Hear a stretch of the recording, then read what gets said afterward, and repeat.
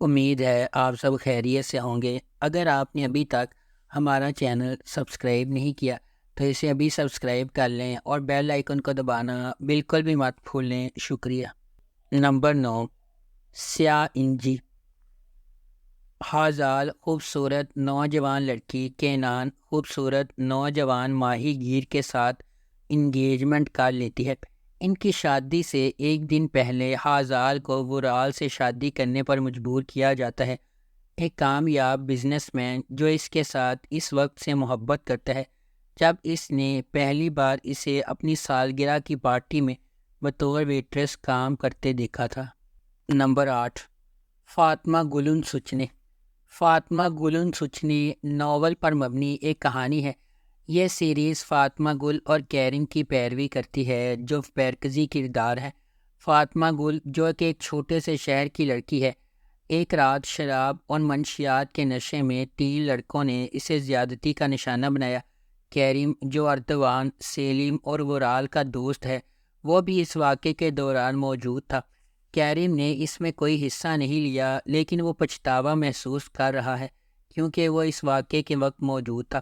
بعد ازاں وکیل چچا اور امیر لڑکوں کے والدین فاطمہ گل پر دباؤ ڈالتے ہیں کہ وہ کیرم سے شادی کر لے، اس کی بھابھی کو رشوت دے کر۔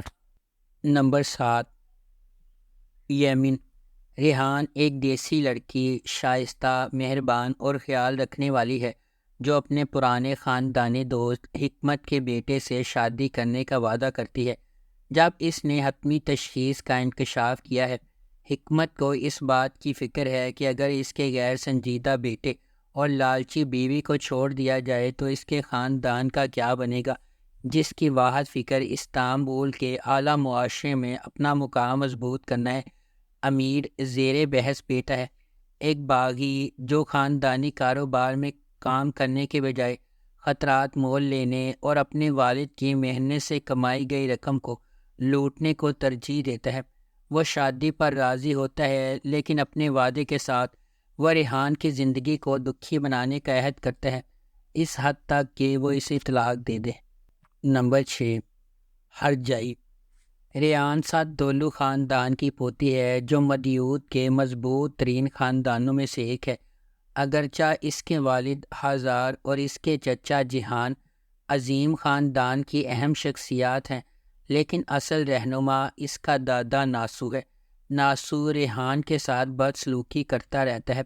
وہ ہمیشہ اس کی کزن یرین کا زیادہ خیال رکھتا ہے۔ اس کی وجہ یہ ہے کہ ریحان ان کی بائیولوجیکل پوتی نہیں ہے۔ اس حقیقت سے ناواقف ہونے کی وجہ سے ریحان گھوڑے پر سوار ہو جاتی ہے اور جب میران کی گاڑی قریب آتی ہے تو گھوڑا ڈر جاتا ہے اور ریحان نیچے گر جاتی ہے۔ میران کو ریحان سے محبت ہو جاتی ہے اور وہ اس سے شادی کرنا چاہتا ہے۔ یہ خبر یرین کو ریحان سے بدلہ لینے کے قابل بناتی ہے جب سے وہ یرین کے پیارے کو چھین لیتی ہے۔ نمبر 5، کارا سیبدہ۔ ایک متوسط گھرانے سے تعلق رکھنے والے کیمال کی زندگی کا واحد مقصد روزی کمانا اور زندہ رہنا ہے۔ مائن انجینئرنگ کا طالب علم، وہ معجزات پر یقین نہیں رکھتا، خاص طور پر جو محبت سے متعلق ہے، لیکن اس کی دنیا اس وقت بدل جاتی ہے جب نیہان اس کی مونوٹونیس زندگی میں آتی ہے۔ ایک امیر خاندان سے نیہان محلے کے ایک متمول علاقے میں رہتی ہے، تاہم وہ خود کو اپنے ماحول کی اقدار سے دور اور اپنی دنیا سے دور پاتی ہے۔ تقریباً ناممکن کیمال اور نیہان کی محبت ان کے اختلافات کو پیچھے چھوڑ دیتی ہے اور وہ اس وقت تک ساتھ رہنے میں کامیاب ہو جاتے ہیں جب تک کہ کیمال کو استنبول چھوڑ کر زونگلداک کی ایک کان میں کام کرنے نہیں جانا پڑتا۔ نمبر 4، سیاہ بیاض اشک۔ فرحت ایک دردناک ماضی کے ساتھ ایک سرد خون والا ہٹ مین ہے۔ وہ اپنے مجرم چچا نامی کے لیے کام کرتے ہیں۔ دوسری طرف اصلی ایک نوجوان اور مثالی سرجن ہے جو انسانیت کی خدمت کرنا چاہتی ہے۔ ایک دن ان کے راستے اس وقت گزرتے ہیں جب اصلی نے ایک ایسے شخص کو بچانے کی کوشش کی جسے فرحت نے گولی مار دی۔ سرجری کی وجہ سے اصلی غیر ارادی طور پر خود کو ایک عجیب و غریب پوزیشن میں ڈال دیتی ہے جو اسے اپنی جان بچانے کے لیے فرحت سے شادی کرنے پر مجبور کرتی ہے۔ طاقت کے کھیل میں پھنسے ہوئے وہ دونوں جو ایک دوسرے سے اتنے ہی مختلف ہیں، جتنے سیاہ اور سفید، تاہم فرحت نے ایک معصوم محبت کی کہانی کو جینے کے لیے بہت گندی زندگی گزاری ہے۔ کیا ہوتا ہے جب جان بچانے والی عورت کو جان لینے والے مرد نے پکڑ لیا؟ ایک پرجوش محبت پیدا ہونے والی ہے۔ نمبر 3، کان چیچی کلیری۔ کان چیچی کلیری ڈیلان اور باران کی چلتی پھرتی کہانی اور شادی کے بارے میں بتاتا ہے، جس پر وہ اپنے ارد گرد کے لوگوں کی دشمنی کے باوجود خونی جھگڑے کو ختم کرنے پر مجبور ہوتے ہیں، ایک ایسے جذبے کو بھڑکاتے ہیں جو یا تو محبت میں پھوٹ پڑے گا یا تباہی لائے گا۔ باران کو اپنے بھائی کو بچانے کے لیے اپنے دشمنوں سے نفرت کو ایک طرف رکھنا چاہیے اور اس جرم پر قابو پانا چاہیے جس میں اس کی ماں کو ہلاک کر دیا گیا تھا، کیونکہ وہ بدلہ لینے کے لیے ایک خاندان میں امن قائم کرنا چاہتا تھا۔ تقدیر اس وقت کال کرتی ہے جب باران کے چچا نے انکشاف کیا کہ اس نے اس کے والدین پر حملہ کرنے والوں کا سراغ لگا لیا ہے، لیکن اس کے چچا ایک خوفناک راز چھپاتے ہیں۔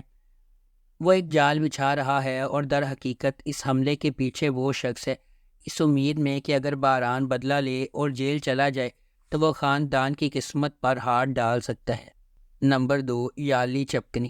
حالی ساگا زیورات کی ایک بڑی سلطنت کا مالک اور کورہان خاندان کا سربراہ ہے۔ اگرچہ اس کا بیٹا اورہان اور سب سے بڑا پوتا فواد زیادہ تر کاروبار چلاتے ہیں، پھر بھی وہ کمپنی میں سب سے اہم فیصلے کرتے ہیں۔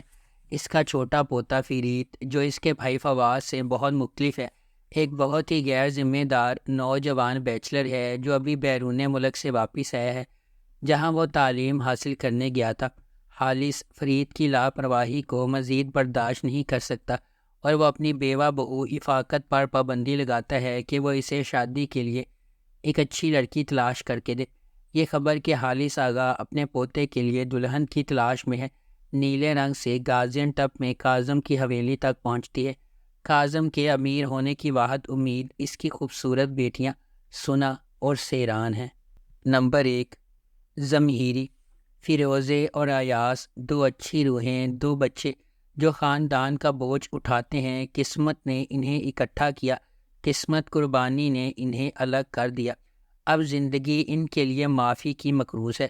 زندگی اس محبت کو واپس دینا چاہتی ہے جو اس نے ان سے چھین لی ہے، لیکن راستہ تکلیف دہ اور کچا ہے۔ ہوا میں ایک نپ ہے، موسم سرما ہے، فیروزے کی آنکھیں نیلی ہیں، اس کا دل جل رہا ہے۔ فیروزے کے والد پر لفٹ حادثے میں جھوٹا الزام لگایا گیا تھا جس کے نتیجے میں 13 کنسٹرکشن ورکرز کی موت ہوئی تھی۔ اس واقعے نے فیروزے کو متحرک کیا جو صادق اور امین ہے۔ اس راستے میں وہ اپنے باپ کو بچانے کے لیے نکلنی ہے۔ اس کی ملاقات ایاز سے ہوتی ہے جو اس کی امیدیں چرا کر الوداع کہے بغیر چلا جاتا ہے۔ اگر آپ کو ہماری یہ ویڈیو پسند آئی ہے تو اسے لائک کریں، شیئر کریں اور ہمارے چینل کو سبسکرائب کرنا بالکل بھی مت بھولیں۔ آپ کا بہت بہت شکریہ۔